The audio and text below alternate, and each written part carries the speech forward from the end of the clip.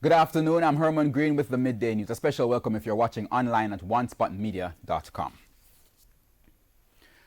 The 2019 Global Corruption Barometer for Latin America and the Caribbean has found that half of the Jamaicans surveyed are of the opinion that corruption has gotten worse in the last year and the government has failed to adequately address the issue. The survey, conducted by Transparency International, was published today.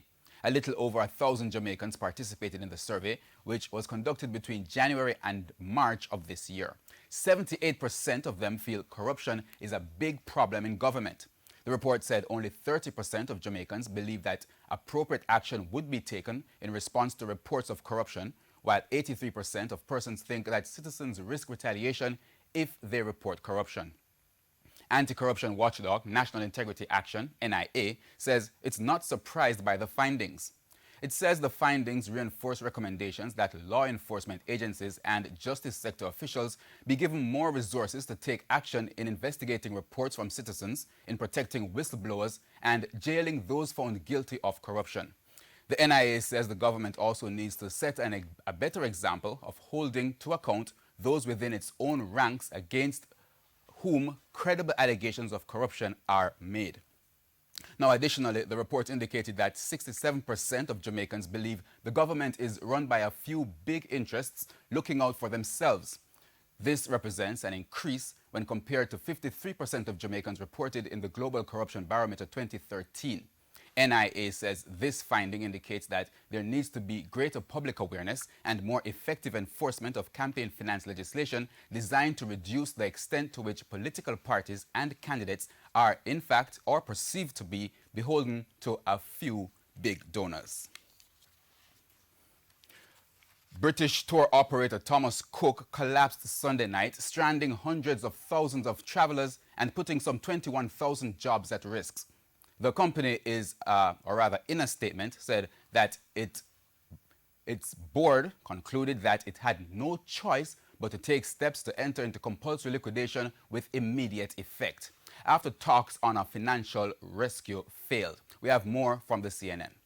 Thomas Cook has filed for bankruptcy protection. The steps are going to be taking place. They, of course, wanted to do this on Sunday night, UK time, so they could avoid the calamity that could hit the stock markets on Monday morning. So this will be triggering an effect whereby they'll be applying to go through the steps, to go through bankruptcy. But the biggest thing you're saying and pointing out there is that this is a huge deal for any tourist out there who has booked their vacation or their flight through Thomas Cook. This is leaving potentially 160,000 British nationals stranded overseas, and it will likely trigger the largest ever peacetime repatriation of British nationals. And how are they going to get them? I understand that the Civil Aviation Authority is stepping in, and they're basically going to go get these people. Yeah, you're exactly right. The CAAC has said that they already have a few plans in place. The British government has confirmed to CNN that some aircraft are already being flown to holiday destinations as part of this operation, so British tourists can be brought back home starting from Monday. So that'll be tomorrow UK time, already Monday here in Hong Kong as well. We'll be also watching the stock markets because China Fosun International Group, a major conglomerate in China, is the largest stakeholder in Thomas Cook, and they have already started trading, and they are trading slightly down on the open. Meanwhile, Tourism Minister Edmund Bartlett says dialogue had been taking place between his ministry and the British High Commission and other stakeholders, both locally and internationally, ahead of the collapse. But following the filing for bankruptcy Sunday night, Minister Bartlett says further discussions are to be held today with British High Commissioner Asif Ahmad at Jamaica House. This is in a bid to prevent a major fallout from the collapse of Thomas Cook. Mr. Bartlett told our news center that he will be heading to London tomorrow to hold discussions with the teams there. He says the discussions will surround the further implications to the market that Thomas Cook served. That is the Nordics and some of Germany, as well as I think they have relationship with Canada. So we're fully aware. We're trying to get on top of the situation. And we'll be working feverishly over the next 2 weeks to mitigate the impact of it and to ensure that the fallout to our market will be minimized. In the meantime, the UK government says all Thomas Cook customers currently overseas who are booked to return to the UK over the next 2 weeks will be brought home as close to their booked return date as possible. It further noted that customers will be brought home to the UK on special free flights or booked onto another scheduled airline at no extra cost. The Jamaica Labour Party, JLP, is taking the opposition to task over the recent debacle involving 5 Jamaican fishermen and the alleged abuse by the U.S. Coast Guard. TVJ O'Shane Masters reports. In June, reports of the alleged mistreatment of 5 Jamaican fishermen by U.S. Coast Guards caused outrage. The Foreign Affairs Ministry then revealed that the waiver granted to the U.S. authorities allowed for the arrest of the fishermen under the shipwright agreement with the U.S. That came a week after opposition senators blasted the government for its handling of the alleged abuse of the 5 fishermen by U.S. Coast Guards. Opposition spokesman on national security Fitz Jackson at that time called for heads to roll based on the information that came to light. It's an indictment on the Minister of Foreign Affairs and the Minister of National Security in this matter. And I hope that the appropriate action will be taken and people be held responsible for their failure in public office. All of us Jamaicans, anywhere in the world, those resident here and those abroad who would rely on their government to look out for them, is now coming to learn that you're really on your own. But speaking at the Area 4 Council meeting in St. James last night, National Security Minister Dr. Horace Chang blasted the opposition for their stance as the law was passed by the PNP administration in 2015. Hence, he says a flaw in the law was known. When it came to Parliament, the way the law was structured had no conditions to protect Jamaicans. And I want to hear, I want to repeat it. There was nothing in the law to say anything about protecting Jamaicans being on which we were waiving our right to our jurisdictional right. He relayed an incident in St. Elizabeth where approximately 6 men, including 3 Jamaicans, were caught in our waters and were alleged to be engaged in the drugs for guns trade. The Guyanese get to Miami, they get 30 years. The Jamaicans come home and get 0. And of course, people are upset and decided that every Jamaican should go to America, go get tried and locked down for 30 years because they're being involved in gun for drugs trade with Haiti. And it was being advocated on the basis of the minister signed an order without any advice, just signed. So by the signature of one man, they're going to send away Jamaican and commit him to a prison in the state for 30 years in some federal prison out in the Arizona or East Texas in some bush infested, surrounded by rattlesnakes. That's what they're doing to Jamaicans. But he says it was the JLP who was then in the opposition that sought to have the law adjusted. It was the senators of the Jamaica Labour Party, the Senator Charles Bolivia, in fact led by Senator Tom Tavares Spencer and Senator Arthur Williams, had raised objection, and Bobby Montague supported heavily by the current chairman, raised severe objection, and they went back and put in there that certain conditions must be met before we waive the jurisdiction. O'Shane Masters, TVJ News. And we now take a break here on the Midday News, but stay with us. We have more news after these messages. Welcome back, continuing the news. Justice Minister Delroy Chuck says legislation relating to the ownership and care of dogs is among several laws to be revised. This follows the attack on a grade 6 teacher last Thursday by a pack of pit bulls in Cooper's Hill, St. Andrew, leaving the teacher in serious condition. Since the incident, a member of the executive of the Jamaica Veterinary Medical Association, Dr. Paul Cadogan, has called for amendments to the more than a century-old Dogs Liability for Injuries by Act. The Act states that, among other things, if a dog injures an individual, the animal's owner shall be liable for damages. The Justice Minister last night told our news center that proposed amendments to the Dogs Liability for Injuries by Act have been finalized. It's very sad that what took place to this teacher, and I hope some drastic action will be taken. But in the meantime, the law relating to the liability of owners of dogs, that law is to be amended. The proposal to amend the law is at the Attorney General's chambers for its comment.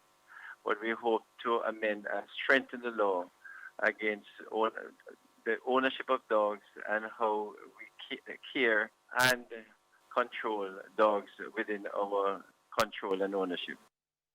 The Red Hills Police say they were alerted of a dog attack on Woodlawn Close in Coopers Hill, St. Andrew. The woman was found with several injuries. Several dogs were seen in the vicinity. The woman was rescued and taken to hospital in serious condition.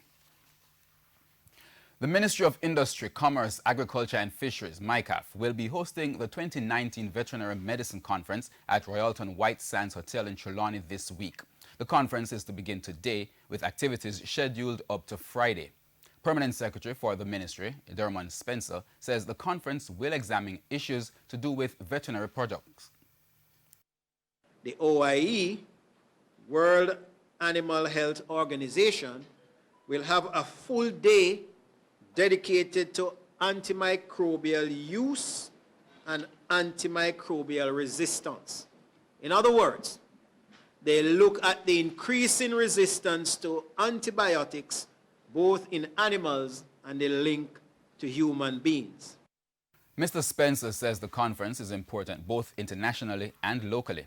It is also of great importance because it will address matters of not just animal health, but how that fits into the paradigm of One Health, where due recognition is given to the fact that human health is intrinsically linked to the health of all other living things, because we share one space and one environment.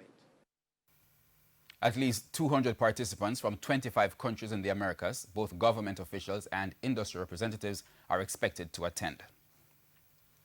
We go on to news overseas. The annual gathering of political leaders at the United Nations is meant to open dialogue for global issues such as climate change, poverty, and women's rights. But this year's get-together has one geographic, or rather geopolitical battle hanging over the proceedings: the bitter standoff between America and Iran.